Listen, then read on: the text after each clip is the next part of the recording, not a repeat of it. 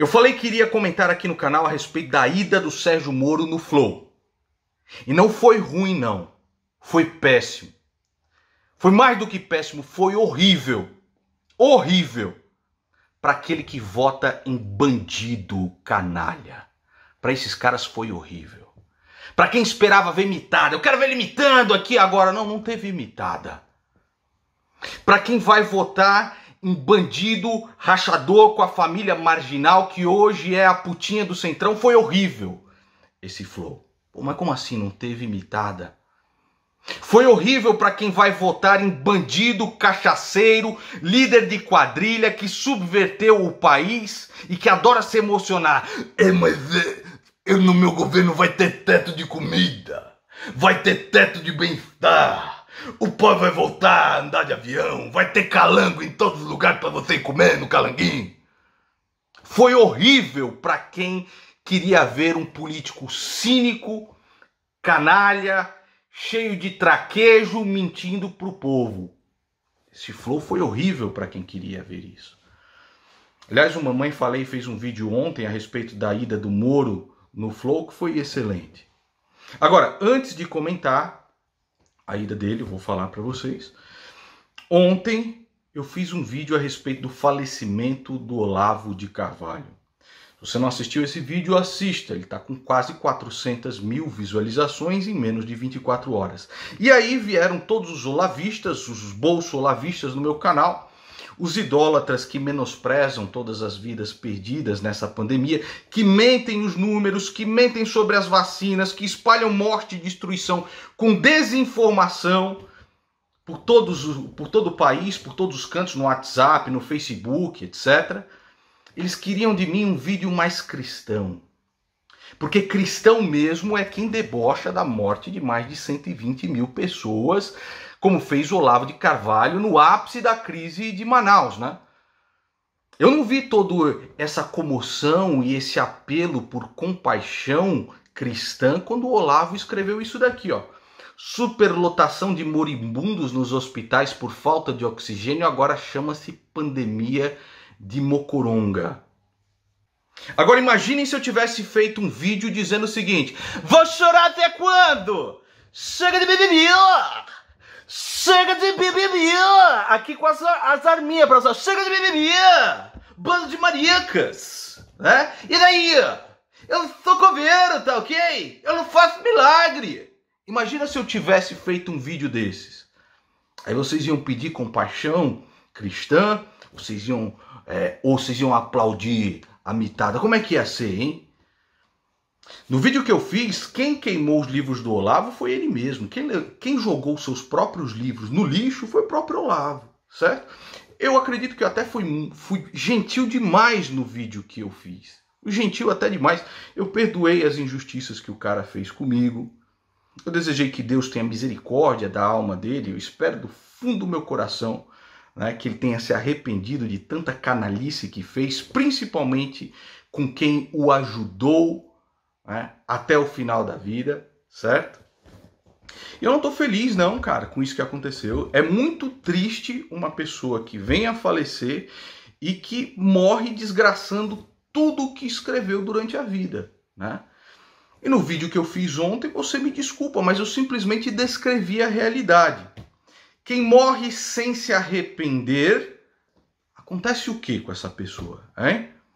Onde é que está o meu julgamento nisso daqui? Não estou julgando ninguém, cara. Estou julgando ninguém. Aliás, desejo sim que sua alma encontre paz. Eu só estou descrevendo a causa e o efeito. Se eu digo um gato caiu da árvore, a gravidade vai agir. Estou falando do quê? Estou falando grego para você, hein? Então eu descrevi a realidade ali. Eu só não neguei a lei da gravidade, certo? E no mais, eu não mudo uma única vírgula, eu não tiro um único segundo do vídeo que eu fiz ontem.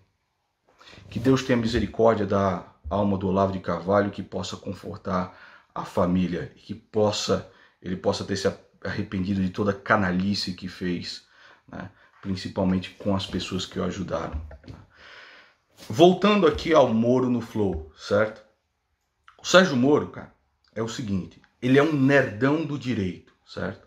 Ele é um intelectual, um professor, que se expressou a vida toda ou numa sala de aula ou nos autos. Você acha que, espera o quê? Que ele tenha todo esse traquejo de político malandro que tá ali para te enganar, como um Ciro Gomes da vida, como um Lula da vida, como um Bolsonaro da vida?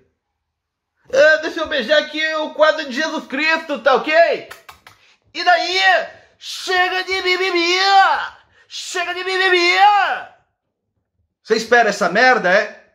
Pois você não teve nada disso, certo? Você teve um cara ali que não sabe se expressar ainda do jeito que a política exige, mas que tem boas intenções de transformar este mar de merda, esse lixo aqui que é esse país, em algo talvez um pouco melhor, sabe? O Moro, ele lembra a mim muito do meu pai, muito do meu irmão, que são pessoas extremamente calmas, extremamente gentis, né, que são incapazes mesmo de ofender a outra pessoa e procuram se esquivar disso a todo custo, mas que falam com firmeza aquilo que precisa ser dito, mas sem o traquejo cínico, teatral e canalha desses bandidos de carreira aí, né, que nos assaltam na política desde sempre. Então você vê que essas qualidades do Sérgio Moro, ele provou na sua vida. Foi o cara que foi atrás do quartel de Juárez, foi o cara que foi atrás do Fernandinho Beiramar, que conseguiu colocar esses maiores chefões aí em presídios federais, que fez um trabalho absolutamente excepcional na Lava Jato, que denunciou a quadrilha petista, que mostrou que a quadrilha petista é, fazendo o seu trabalho honrada e dignamente, que mostrou o canalha que é Jair Bolsonaro por ter interferido e interferiu na Polícia Federal, tirando delegados da Polícia Federal sempre que chegavam perto, ou dos seus ministros, ou da sua família de bandidos, né? Então, cara, apesar do Sérgio Moro não ter esse traquejo todo de político, você vê ali um cara simples, disposto a falar o que ele pensa, disposto a colocar a carcaça dele na parede e ser cuspido por esse povo idólatra, burro e imbecil, mesmo tendo feito tudo que ele fez. Entendeu? Porque esse povo aqui é ingrato demais, cara. Esse povo aqui é ingrato demais. O cara poderia estar lá nos Estados Unidos recebendo um salário riquíssimo, sei lá, 200, 300 mil reais. Não tá aqui nessa merda aqui para tentar mudar alguma coisa, levando cuspida de um bando de canalhas idólatras do lado de Bolsonaro e do lado de Lula, porra. Então eu me encontrei com o Sérgio Moro algumas vezes e para mim foi um cara simples, bicho. É um cara extremamente simples, sabe? Tímido do jeito que ele se expressa, mas que tem realmente intenções de fazer com que esse país seja melhor. Assim eu acredito. E se não for isso, pau nele, porra. Pau no Sérgio Moro, que se dane, sabe? Agora, ele provou isso, né? Sendo um cara que a vida inteira combateu mesmo chefe de PCC, líder de narcotráfico, sabe? Aliás, ele lá naquele flow, um desrespeito absurdo do Monark, né? Porque ele tava com... Ele acabou de se recuperar de uma Covid sem ar e ele... A assessoria do Moro mandou uma mensagem lá pro Flow falando o seguinte: olha, por favor, não fume. Ele acabou de se recuperar de uma doença e tal. Monark, eu não concordo com essas exigências. E lá, cinicamente fumando na cara do cara. E pá. Você acha que o Sérgio Moro não entrou em uma discussão com o Monark a respeito de droguinha e não sei o que lá, e da filosofia libertária, cara? Porque, mano, o que você imagina? O cara passou a vida inteira vendo as consequências do que é que o narcotráfico faz com as pessoas, né? De que se você liberar alguma coisa dessa, não vai acabar com o mercado negro dessa mesma substância. Da destruição da vida de famílias. Então, você vai discutir com o monarca a filosofia dele do mundo maravilhoso, do anarcobobalismo, vai porra nenhuma, mano. E por ser um cara gentil, ó, cara, a gente não vai falar disso, certo? A gente não vai falar disso, não, certo? E qual é o projeto de país que o Moro tem? Para mim já está muito claro, meu irmão. É lutar pela prisão em segunda instância, indicar bons nomes para o STF, um PGR que tenha autonomia para ir atrás de político vagabundo, uma Polícia Federal que tenha autonomia e faça o seu trabalho. Isso é motivo suficiente para dar meu voto para o Sérgio Moro. Para dizer, eu vou votar no Sérgio Moro. E quando ele for eleito, cobrar, meu irmão, cobra. Agora você vai ter que fazer, agora você é o empregado do povo brasileiro. Parece que esses idólatras cretinos, tanto de Lula e Bolsonaro, se esqueceram disso. Porque Bolsonaro é o cara que faz tudo que o PT quer, porque senão o PT volta, como dizia o próprio Olavo de Carvalho antes de morrer. Certo? Então é o seguinte, eu deixo vocês aqui com alguns trechos do Sérgio Moro no Flow, e você tem que refletir aí. Se você quer um bandido canalha que fala bem, que tem todo o traquejo político, que se emociona e que imita muito, um cara simples, humilde, que não se expressa bem, que é muito tímido, que não tem o traquejo político, mas está tentando o máximo possível talvez transformar esse país em algo um pouco mais digno para todo mundo, que abriu mão de um salário milionário fora do país para vir aqui levar a cuspida de um povo idólatra e canalha para tentar fazer alguma diferença, porque o nosso país não merece Lula e Bolsonaro no segundo turno. Deixar aí vocês com alguns trechos. Não, eu vou te dizer o seguinte, Marco. Primeiro, não existe isso. O país está mal e o presidente é bom. Tá? O país está mal porque o presidente é ruim. Então tá na conta dele. Tá na conta do Bolsonaro. Moro, desculpa, deixa esse chato aqui um pouquinho. Puxa o microfone pra tu. Ah, tá, perdão. Tá na conta do Bolsonaro. Tá? Tá na conta do Bolsonaro o desemprego, tá? A inflação, tá? A demora nas vacinas e essa atitude dele maluca de ser contra a vacina, de ser a favor da Covid, sei lá, não dá para entender isso. Tá na conta dele o desmantelamento da corrupção. E tá na conta dele o Lula. O Lula só tá voltando porque esse governo é muito ruim. Tá? E as pessoas estão tão desesperadas porque não querem mais o Bolsonaro que estão pensando, pô, vou votar no Lula. Ele tinha que ter sido contra a vacina?